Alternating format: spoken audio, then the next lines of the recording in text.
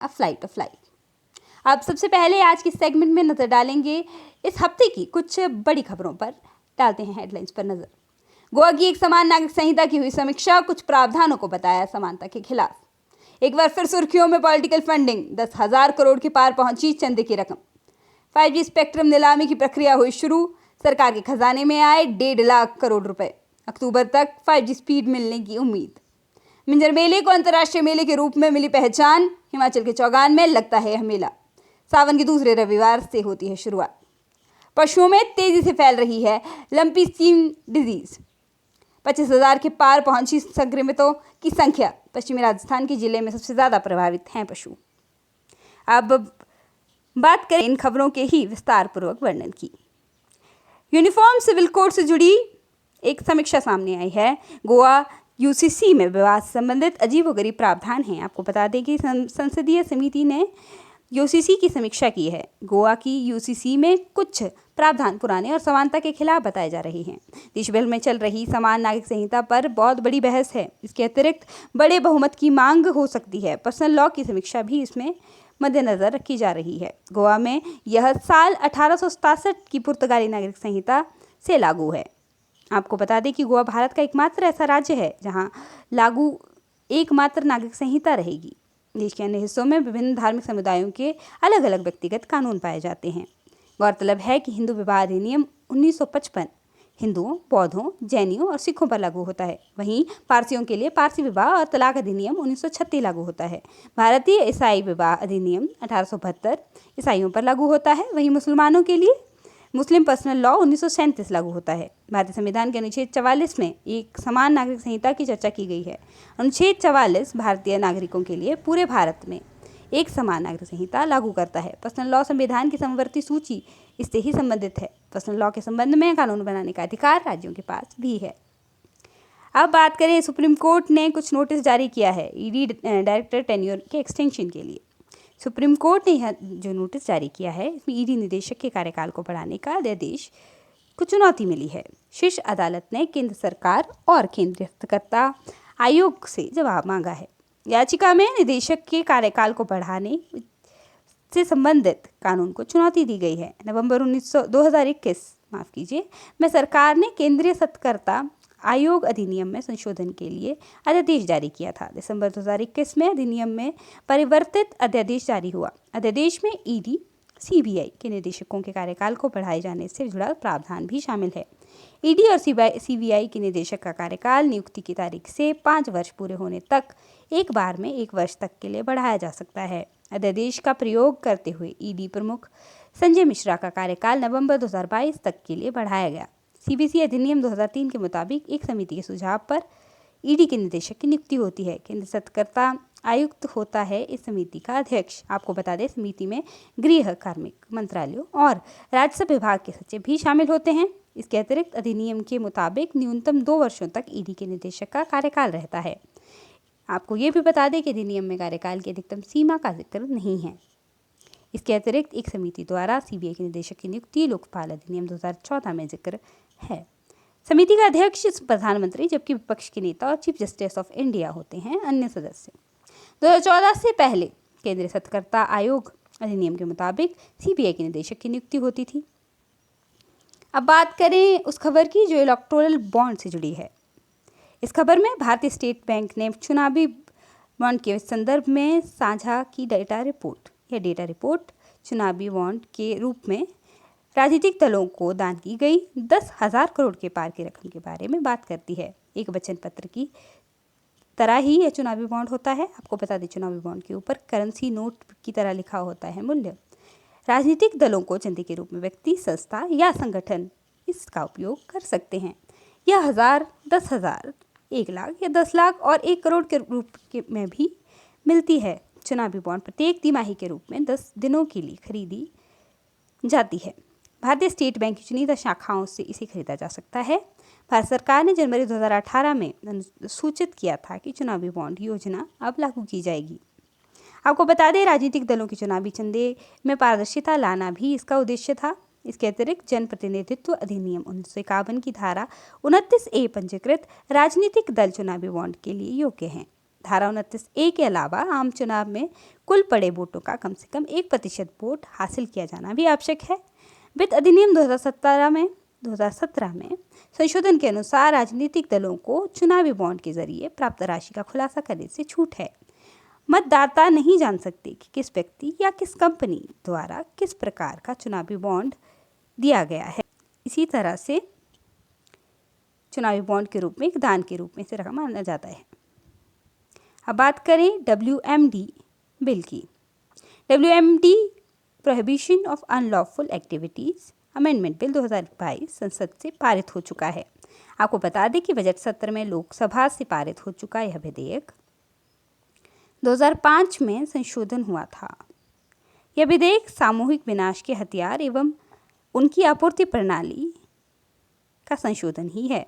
पारित विधेयक अंतर्राष्ट्रीय समझौतों में निहित सामूहिक विनाश के अधिकारों के प्रसार से नियंत्रण का प्रावधान करता है। सभी हथियारों पर इसका नियंत्रण रहता है। मौजूद कानून में केवल WMD मतलब वेपन्स ऑफ मास डिस्ट्रक्शन का व्यापार शामिल, उनका वित्त पोषण नहीं है।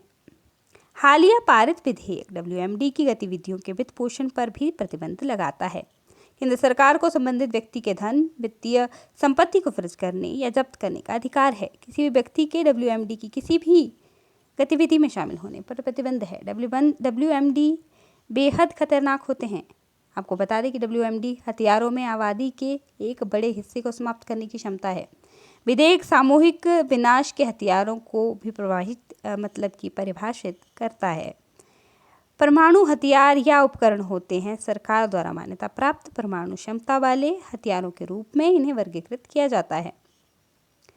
अब बात करें इंडिया और उज़्बेकिस्तान नामक राष्ट्र के अंतर्राष्ट्रीय संबंधों की। नई दिल्ली में भारत उज़्बेकिस्तान IGC का 13वां सत्र आयोजित किया गया। आपको बता दें कि बैठक में दोनों देशों के मंत्रियों व उच्च अधिकारियों ने हिस्सा लिया था। इसके अतिरिक्त आपसी सहयोग से 7 क्षेत्रों को रेखांकित किया गया है, जिनमें डिजिटल भुगतान, अंतरिक्ष, कृषि एवं डेयरी, फार्मा, MSME और रत्न एवं आभूषण शामिल हैं। तकनीकी और स्टार्टअप में निवेश जैसे अहम मुद्दों पर भी चर्चा की गई। क्षेत्रीय संपर्क एवं सहयोग के लिए एकीकृत दृष्टिकोण अपनाने की बात की गई है। उज़्बेकिस्तान के अंगूर और पलम और मीठे चेरी को भारतीय बाजार में एक्स की अनुमति भी इसी दौर में शामिल थी। भारत के आम के लिए सोयाबीन ऑयल केक का उज़्बेकिस्तान में निर्यात पर भी सहमति बनी है। इस साल दोनों देश अपने राजनयिक संबंधों की 30वीं वर्षगांठ मना रहे हैं। दोनों देशों के द्विपक्षीय व्यापार में बढ़ोतरी हो रही है। साल 2019-20 के $247 मिलियन से 38.5% बढ़कर 2021-22 में $342 मिलियन तक यह व्यापार पहुंचा। 2021 में भारत ने उज़्बेकिस्तान को सबसे अधिक फार्मास्यूटिकल उत्पादों का भी निर्यात किया था। उज़्बेकिस्तान से आयात होने वाली वस्तुएं गोंद, रेजिन, चिकित्सा उपकरण, जस्ता, रेशम और कपास आदि हैं। ICC व्यापार एवं निवेश एवं द्विपक्षीय संबंधों को मजबूत करने से जुड़ा एक प्लेटफॉर्म है। अब नजर डालेंगे अगली बड़ी खबर पर। इस खबर में कुछ मुख्य बातों के बारे में जो जुड़ी हैं इंडिया और मालदीव्स के बारे में। अंतर्राष्ट्रीय संबंधों में ही भारत की यात्रा पर मालदीव के राष्ट्रपति इब्राहिम मोहम्मद सोलिह हैं। सबसे पहले नई दिल्ली में सोलिह पहुंचे। विभिन्न क्षेत्रों में जुड़े कई समझौते, रक्षा क्षेत्र आदि इसमें अहम मुद्दा रहा। भारत ने लैंडिंग असॉल्ट क्राफ्ट और CGS हुर्वी के लिए एक प्रतिस्थापन जहाज की आपूर्ति को मंजूरी दी है। लैंडिंग क्राफ्ट असॉल्ट है एक उभयचर नौसैनिक पोत है। उभयचर हमले से जुड़े थल सेना बलों के परिवहन के लिए एक डिज़ाइन है। कार्गो सैनिकों को लैंडिंग हेलीकॉप्टर डॉक से तटीय क्षेत्रों में जाने में सक्षम है। रक्षा सैनिकों के बुनियादी ढांचे और उपकरणों के आधुनिकीकरण के लिए 24 उपयोगिता वाहन दिए गए। रक्षा परियोजनाओं से जुड़ी $50 मिलियन की लाइन ऑफ क्रेडिट सुविधा को मंजूरी मिली है। मालदीव में 61 पुलिस बुनियादी ढांचे के डिज़ाइन और निर्माण के लिए बड़ा खरीदार क्रेडिट समझौता है। खरीदार क्रेडिट समझौते के तहत एक देश का आयातक दूसरे देश के बैंकों से उसकी करेंसी में ऋण लेता है। मालदीव के अडू शहर में national college for policing and law enforcement Bharat की मदद से स्थापित किया गया। भारत मालदीव के राष्ट्रीय रक्षा बल को प्रशिक्षण देने में सहायता प्रदान करता है। पिछले 10 वर्षों में 1400 से अधिक MNDF प्रशिक्षुओं को भारत प्रशिक्षित कर चुका है। 5G स्पेक्ट्रम का ऑक्शन अब एंड हो गया है। भारत की पहली 5G स्पेक्ट्रम नीलामी की प्रक्रिया शुरू हो गई है। आपको बता दें, आगामी 10 अगस्त तक स्पेक्ट्रम आवंटन का काम पूरा हो जाएगा। सरकार ने लगभग 1.5 लाख करोड़ रुपए का स्पेक्ट्रम बेचा है। सरकार को लगभग 14,000 करोड़ राजस्व प्राप्त होने की संभावना है। इस साल लगभग 4.3 लाख करोड़ रुपए मूल्य के लगभग 72 गीगाहर्ट्ज रेडियो तरंगों को ब्लॉक पर रखा गया है। आवर्ती बैंड स्पेक्ट्रम 600 से 2500 मेगाहर्ट्ज, मध्यम 3300 मेगाहर्ट्ज और उच्च 26 गीगाहर्ट्ज तक है। स्पेक्ट्रम विभिन्न आपूर्ति की तरंगें और उनकी ऊर्जा से संबंधित है। कम आवृत्ति की तरंग में ऊर्जा की मात्रा अधिक, उच्च आवृत्ति की तरंग में ऊर्जा की मात्रा कम होती है। तरंगों की ऊर्जा की मदद से नेटवर्क स्थापित होते हैं। आपको बता दें, रिलायंस, एयरटेल और वोडाफोन ने इस बोली में हिस्सा लिया। अडानी ग्रुप ने कॉरपोरेट इस्तेमाल के नीलामी में हिस्सा लिया। 88,000 करोड़ की बोली लगाकर रिलायंस कंपनी सबसे ऊपर रही। 20,740 मेगाहर्ट्ज के स्पेक्ट्रम को खरीद लिया। एयरटेल ने 33,000 करोड़ की बोली लगाकर 19,867 मेगाहर्ट्ज का स्पेक्ट्रम खरीदा। लगभग 19,000 करोड़ की लागत से 6,228 मेगाहर्ट्ज के स्पेक्ट्रम के साथ वोडाफोन तीसरे नंबर पर रहा। 5G 5th जनरेशन उच्च आवृत्ति के इलेक्ट्रॉनिक मैग्नेटिक वेव्स का उपयोग करता है। 5G नेटवर्क की स्पीड 1 गीगाबीपीएस या सबसे अधिक डेटा लेटेंसी 1 मिलीसेकंड से भी कम है। डेटा लेटेंसी इंटरनेट पर सर्च करने में लगने वाला समय है। 5G की डाउनलोड और अपलोड की स्पीड 4G की तुलना में काफ़ी तेज़ बताई जा रही है। आपको बता दें, विश्व में साल 2019 में 5G की शुरुआत हुई थी। भारत में 5G अक्टूबर में शुरू होने की उम्मीद है। बात करें गांधीनगर की, पहले भारतीय अंतर्राष्ट्रीय बुलियन एक्सचेंज का उद्घाटन किया गया, जिसे IIBX कहा गया। गुजरात के गांधीनगर के गिफ्ट सिटी में यह स्थापित किया गया है। कार्यक्रम के दौरान IFSCA के मुख्यालय भवन की आधारशिला भी रखी गई।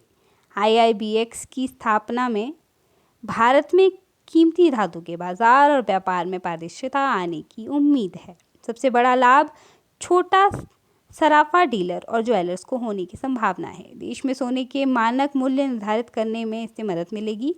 भारत दुनिया में सोने का प्रमुख आयातक होने के साथ दूसरा सबसे बड़ा उपभोक्ता देश है। भारत ने साल 2021 में लगभग 1,000 टन सोने का आयात किया था। साल 2020 में आयात आंकड़ा 430 टन था। भारत में पीली धातु कहे जाने वाले सोने को कढ़ाई से किया जाता है नियमित और नियंत्रित। वर्तमान में RBI द्वारा अनुमोदित केवल नामित बैंक और एजेंसियां ही सोने के आयात करने में अधिकृत हैं। अधिकृत एजेंसियों द्वारा देश भर के डीलर्स और ज्वेलर्स को सोना बेचा जाता है। बुलियन का मतलब उच्च शुद्धता होता है। इन धातुओं को अक्सर सिल्लियों सिक्कों के रूप में रखा जाता है। सोने को RBI के लीगल टेंडर का दर्जा भी प्राप्त है। बुलियन एक्सचेंज के माध्यम से क्रेता विक्रेता सोने और चांदी के अलावा संबंधित डेरिवेटिव का उपयोग करते हैं। वित्तीय मंत्री ने साल 2020 के बजट में IIBX की स्थापना की घोषणा की थी। बुलियन एक्सचेंज सोने और चांदी के भंडारण के लिए आवश्यक बुनियादी ढांचा भी प्रदान करता है। बात करें मिंजर मेले की। मिंजर मेला हिमाचल का प्रतिष्ठित मेला है।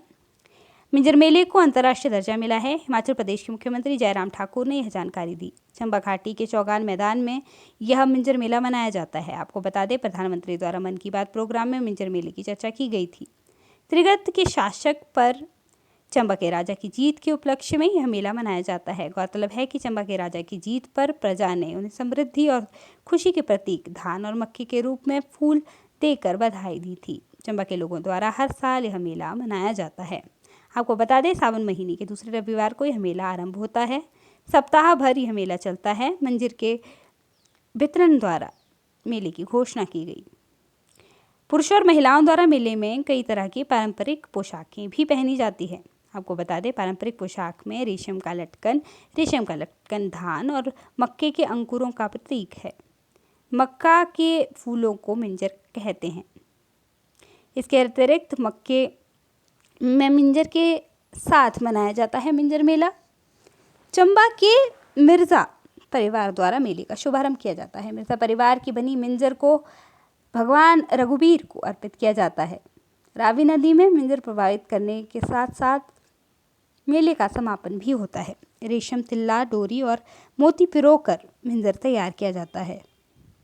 जिला प्रशासन ने इडुक्की बांध के भ्रमण की अनुमति दी है। बारिश के कारण इडुक्की में सभी पर्यटन गतिविधियां अस्थायी रूप से प्रतिबंधित हैं।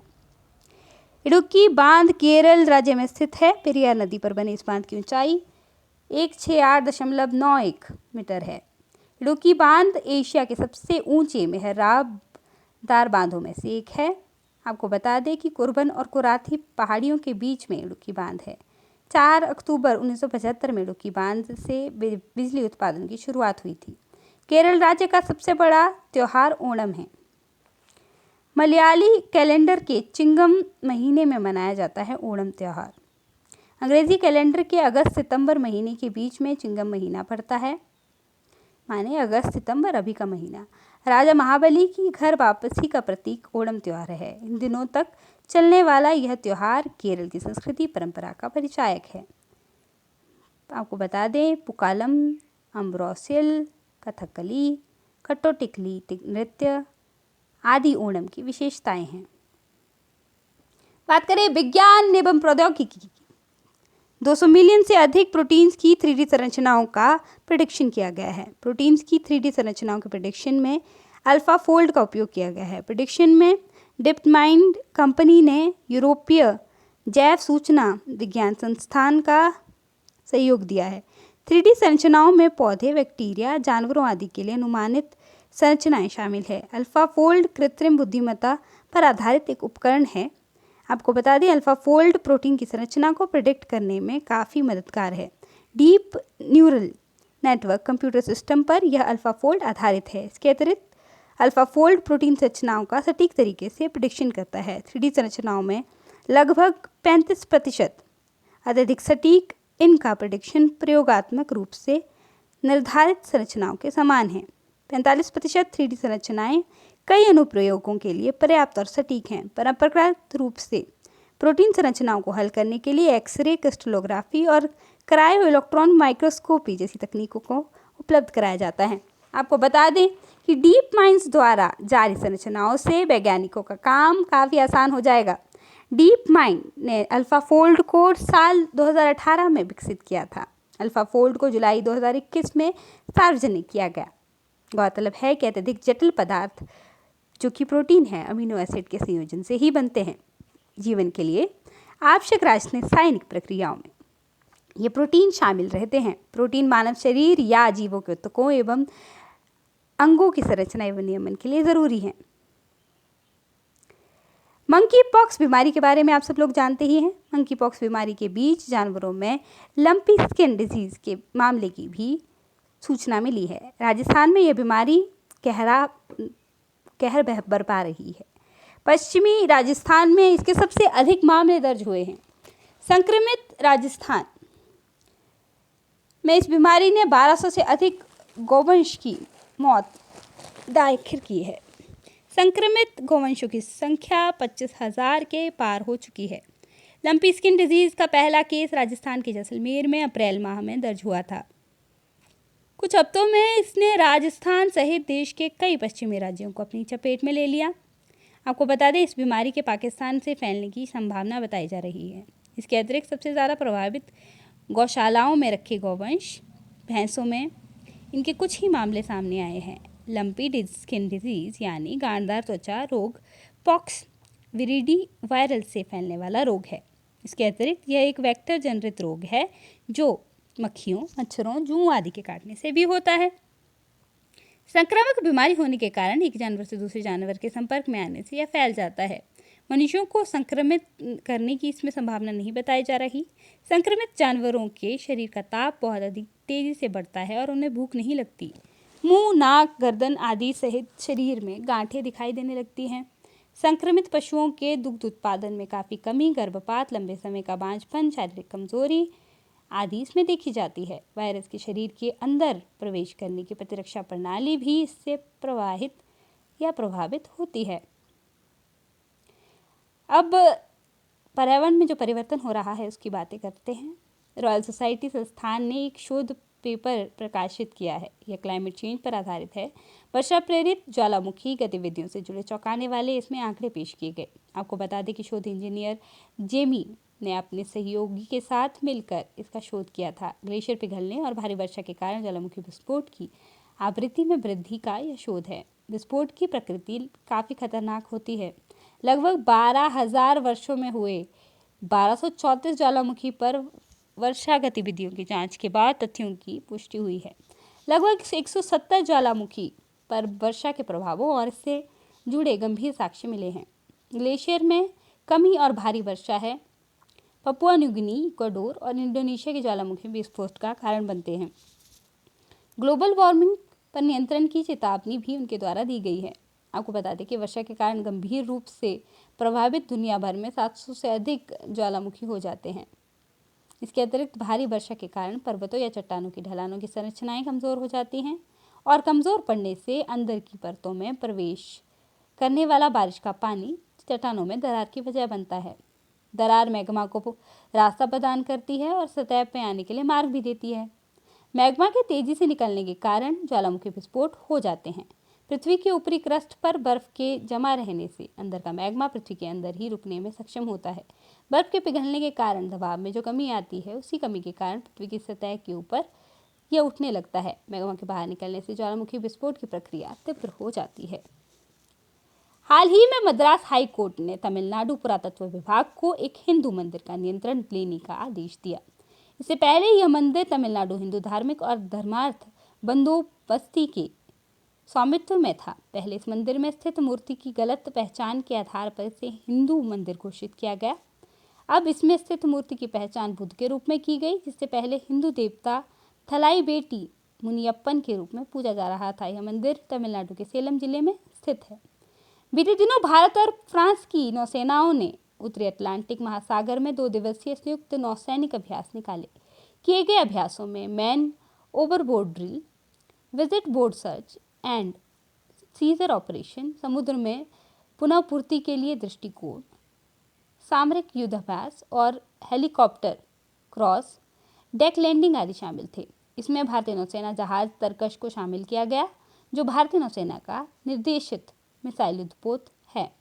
बीते दिनों असम सरकार ने अरुणोदय योजना के लाभार्थियों को अगस्त महीने के लिए 18 रुपये अतिरिक्त देने की घोषणा की है। सरकार के मुताबिक ये अतिरिक्त रुपये लाभार्थियों को राष्ट्रीय ध्वज खरीदने के लिए दिए जा रहे हैं। गौरतलब है कि अरुणोदय योजना को असम सरकार द्वारा अक्टूबर 2020 में शुरू किया गया था। इसके तहत हर महीने आर्थिक रूप से कमजोर महिलाओं के बैंकों के खाते में 1000 मौद्रिक लाभ हस्तांतरित किया जाता है।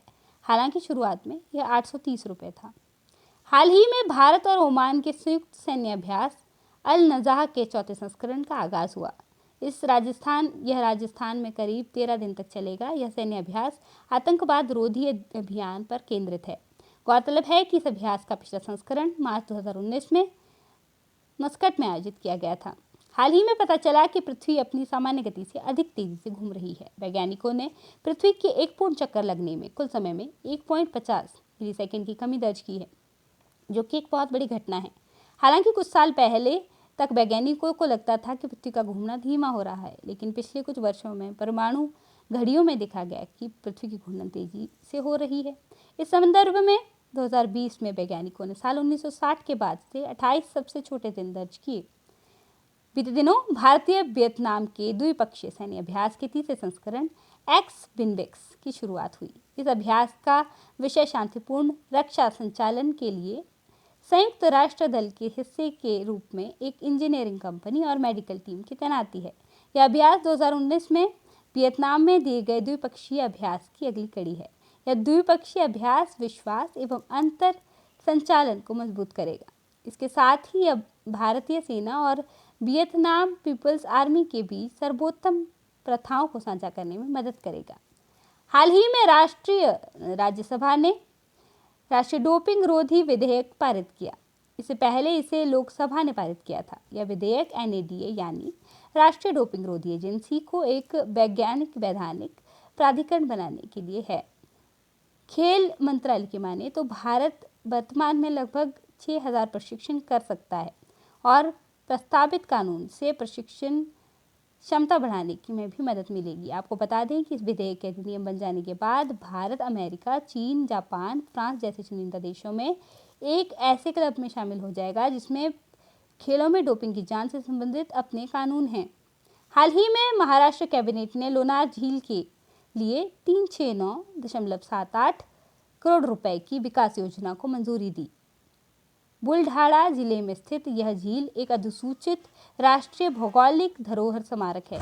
इसे उल्कापिंड के प्रभाव से बनी दुनिया की एकमात्र क्रेटर झील के रूप में माना जाता है। इस झील का पानी जो है गुलाबी हो जाने के कारण यह बीते सालों में काफी चर्चा में रही। इस झील में खारा और क्षारीय दोनों प्रकार का पानी है।